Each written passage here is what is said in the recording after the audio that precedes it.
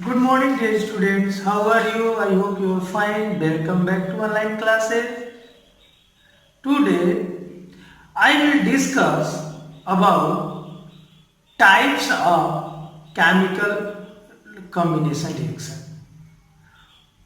Firstly, I discuss about law of constant proportion. Clear? First of all मतलब हम लोग आज क्या डिस्कस करेंगे?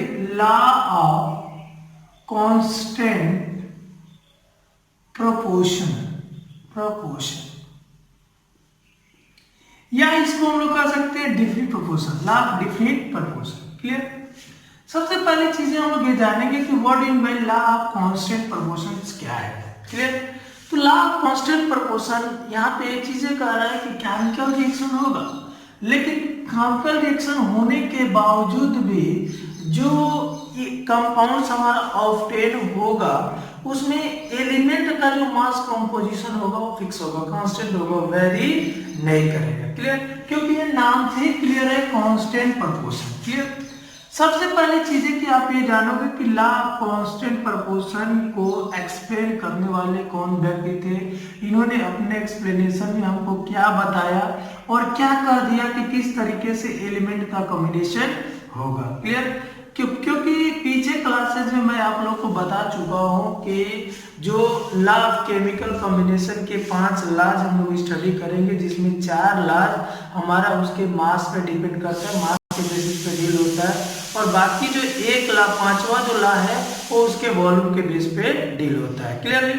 तो अगर आपसे कोई पूछ दे कि लॉ ऑफ कांस्टेंट प्रोपोर्शन क्या होता है, तो लॉ ऑफ कांस्टेंट प्रोपोर्शनल को ध्यान दीजिएगा, इसको एक्सप्लेन करने वाला it was proposed French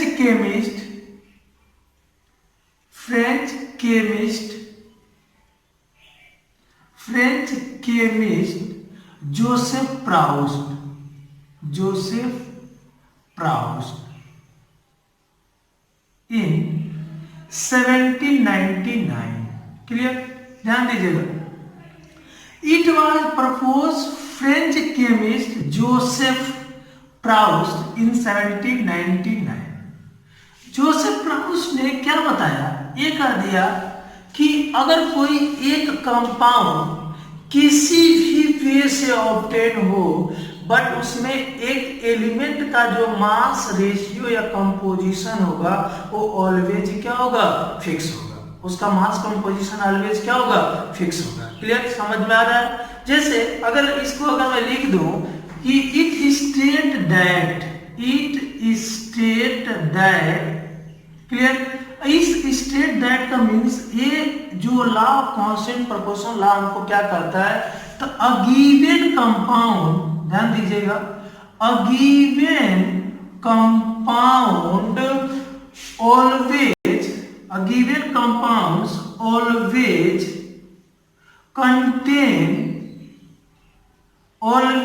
contain exactly that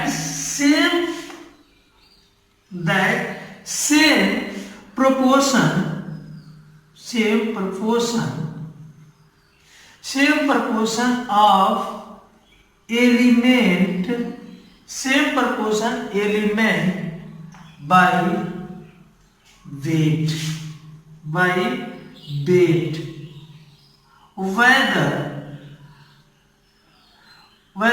any method obtained। Clear? देखो ये कह रहा है कि ये लॉ को एक्सप्लेन कर रहा है कि एक compounds always contain exactly the same proportion of element. जो एलिमेंट का कंपोजिशन होगा वो ऑलवेज एग्जैक्टली सेम होगा उस कंपाउंड में, चाहे वो कंपाउंड किसी भी मेथड से वो ऑब्टेन होगा। क्लियर? समझ में आ रहा है? जैसे अगर एग्जांपल के बेस पे देखो, मान लो कार्बन डाइऑक्साइड एक मैंने कंपाउंड ले लिया। क्लियर? और इस कार्बन डाइऑक्साइड को ऑब्टेन होने के लिए हमारे पास 2 रास्ते हैं। मान लो मैं 2 रास्ता ले लिया। फर्स्ट वे फर्स्ट वे कि when carbon combustion in the presence of oxygen to give carbon dioxide. Clear? Here mass composition in carbon dioxide, carbon contain 12 amount, then oxygen, one oxygen atom contain mass 16, then 2 is 32. Now we solve 4 3 is 12, 4 8 is 32. The composition of mass carbon and oxygen in carbon dioxide is 3:8. Clear? Now again second method हम लोग use करते हैं कि जब calcium carbonate को thermally decompose करते हैं तो कैल्शियम ऑक्साइड बनता है और कार्बन डाइऑक्साइड। क्लियर? अब देखो मैंने पहले कार्बन को कंबशन कराया ऑक्सीजन के प्रेजेंस में और कार्बन डाइऑक्साइड प्राप्त किया। यहाँ पे कार्बन और ऑक्सीजन का जो कंपोजिशन है वो क्या है 3:8 है। फिर फर्दर जब हमने कैल्शियम कार्बोनेट को थर्मली डिकम्पोज किया तो यहाँ पर भी हमको क्या प्राप्त हुआ कार्बन डाइऑक्साइड। क्या प्राप्त हुआ कार्बन डाइऑक्साइड। क्लियर? अब यहाँ पे देख लो इस कार्बन डाइऑक्साइड का फिर अगेन अगर इस एलिमेंट कंपोजिशन देखोगे तो carbon contain 12 and oxygen contain 32। Now solving 4 3 is 12 और क्या होगा 8। इट मींस यहाँ पर भी ये 3:8 में ही कंबाइन हो रहा है। क्लियर? दूसरा और सबसे इंटरेस्टेड एग्जांपल्स आप समझ सकते हो वाटर ले सकते हो कि वाटर भी आप किसी भी सोर्स से ऑब्टेन करते हो जो उसके मास का कंपोजिशन होगा वो ऑलवेज 1:8 ही होगा। क्लियर? उसके मास का कंपोजिशन क्या होगा ऑलवेज 1:8 होगा। क्लियर? कहने का मीनिंग कि आप अब बता सकते हो कि लॉ ऑफ कांस्टेंट प्रोपोर्शनल हमको ये बताता है कि अगर किसी कंपाउंड को आप किसी भी सोर्सेस से अगर ऑब्टेन करते हो तो उसमें जो प्रेजेंस एलिमेंट्स है वो एग्जैक्टली अपने मास के फिक्स रेशियो में कंटेन रहेंगे, वो चेंज नहीं होंगे। वही क्या कहलाता है law of constant proportion. Clear?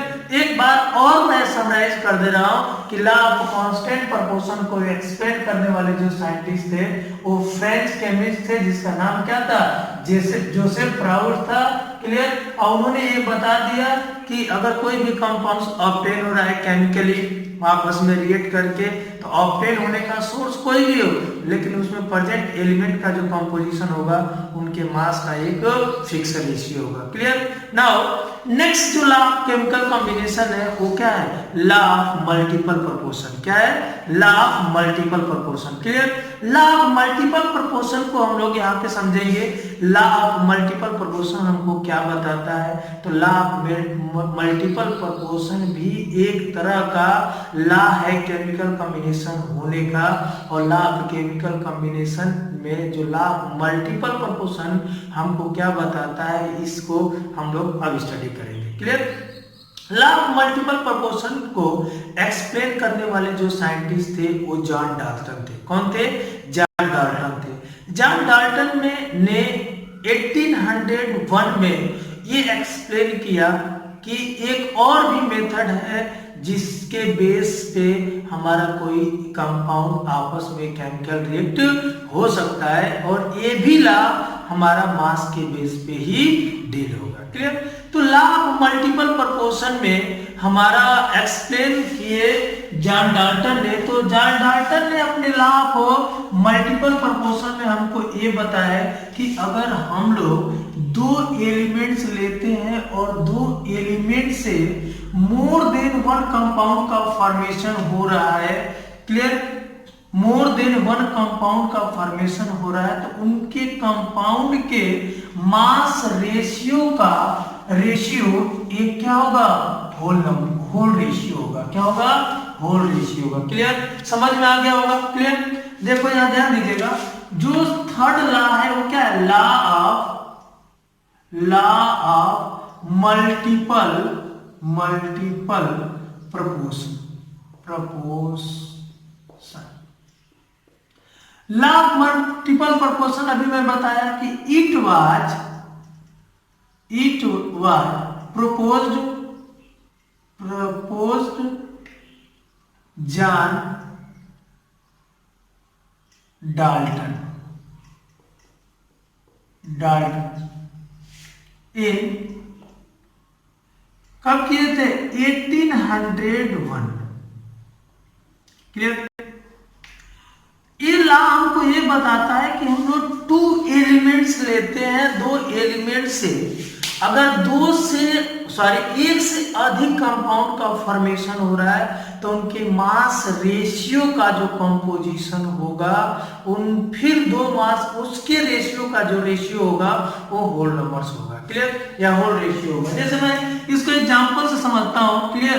ध्यान देना, एग्जांपल से समझते हैं। मान लो टू एलिमेंट्स हमने ले लिया, कार्बन और ऑक्सीजन। क्लियर? और इस कार्बन ऑक्सीजन से बनने वाला जो दो कंपाउंड थे, एक थे कार्बन मोनोऑक्साइड, दूसरा था कार्बन डाइऑक्साइड। क्लियर? पहला एग्जांपल हमने लिया, एक क्या था? कार्बन मोनोऑक्साइड, दूसरा क्या था? Carbon dioxide. अब देखो इसके जो मास का जो रेशियो है ये क्या है?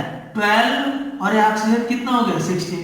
और इसके मास का रेशियो क्या होगा? 12 और ऑक्सीजन कितना होगा? 32। अब ये कह रहा है कि जो इन दोनों के मास रेशियो का रेशियो होगा वो ये क्या आएगा? होल रेशियो आएगा। क्या आएगा? होल नंबर रेशियो आएगा। जैसे देख लो 12 रेशियो 16 इंटू क्या होगा? इसको कह सकते हो रेशियो 12 रेशियो क्या कर सकते हो? 32।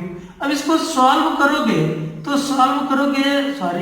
सॉल्व जब इसको करोगे तो कितना हो जाएगा? 12/16 इंटू 32 अपान कितना हो जाएगा? 12 हो जाएगा। 12 से 12 कैंसिल, 16 टू जा 2। इट मींस यहाँ पे देखो 2:1 आ गया। क्लियर? तो यहाँ पे दो एलिमेंट मिलकर मोर देन वन कंपाउंड का फॉर्मेशन कर रहे हैं, बट उन कंपाउंड के मास रेशियो का रेशियो एक हमारा होल नंबर रेशियो आएगा। क्या आएगा? होल नंबर रेशियो आएगा। क्लियर? ये क्या कहलाता है? लॉ ऑफ मल्टीपल प्रोपोर्शन कहलाता है। क्लियर? दूसरा एक और एग्जांपल हम लोग इसका समझते हैं। जैसे मान लो हाइड्रोजन ले लिए और ऑक्सीजन ले लिए। हाइड्रोजन और ऑक्सीजन से बनने वाले दो कंपाउंड्स हम लोग लिए, एक वाटर मॉलिक्यूल ले लिए और दूसरा क्या ले लिए? Hydrogen peroxide. क्लियर? एक क्या है? वाटर मॉलिक्यूल, दूसरा क्या है? Hydrogen peroxide. अब वाटर मॉलिक्यूल में हाइड्रोजन और ऑक्सीजन के मास रेशियो का कंपोजिशन देखो तो क्या है? 2:16 और यहाँ पे देखो 2:32। अब इन दोनों रेशियो का जो रेशियो है ये क्या है? Mass ratio. क्या है? Mass ratio. और लॉ ऑफ मल्टीपल प्रोपोर्शन क्या कहलाता है? उस दो एलिमेंट से एक से अधिक कंपाउंड से बने कंपाउंड का जो मास रेशियो का रेशियो है वो क्या कहलाएगा? होल नंबर्स आएगा। क्या आएगा? होल नंबर्स रेशियो आएगा। जैसे देखते हैं यहाँ पे 2:16 रेशियो हमारा क्या होगा? 2/32। फिर नाउ सॉल्विंग 2/16 इंटू क्या होगा? 32/2। 2 से 2 कैंसिल, 16 टू जा 32। तो यहाँ पर भी क्या आया? 2:1। क्या आ गया? 2:1 आ गया। क्लियर? ये क्या है? Law of multiple proportion. Clear? हम लोग को समझ में आ गया होगा। और दूसरा एक और इंटरेस्टेड है कि जब भी आप लोग लॉ ऑफ मल्टीपल प्रोपोर्शन की बात आती है तो ये जरूर ध्यान रहे कि दो एलिमेंट्स होंगे। कितने एलिमेंट्स होंगे? दो एलिमेंट्स होंगे। इन दोनों एलिमेंट से मोर देन वन कंपाउंड का फॉर्मेशन होगा और उनके मास रेशियो का जो रेशियो आएगा वो हमेशा क्या आएगा? होल नंबर रेशियो आएगा। क्या आएगा? होल नंबर रेशियो आएगा। क्या आएगा? होल नंबर रेशियो आएगा। इसी को आप क्या कहते हो? Law of multiple proportion. Clear? I mean हमें लग रहा है कि आप लोगों को समझ में आया होगा कि लॉ ऑफ मल्टीपल प्रोपोर्शन क्या है, law of definite and constant proportion क्या है। Thank you.